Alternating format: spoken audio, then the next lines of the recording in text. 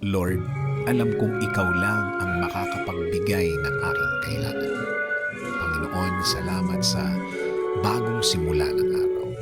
Salamat at may kasamang blessing ang bagong araw na ito. Salamat sa mga bagong oportunidad na kasama ng bagong mga pagkakataon na ibinigay niyo sa akin, Lord. Alam kong nakikita mo ang mga problemadong araw ko, Lord.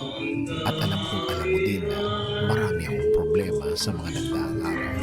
Alam kong nakikita mo din na malungkot sa mga araw na ito. Alam ko din, Lord, na Ikaw lang ang makakatulong sa akin.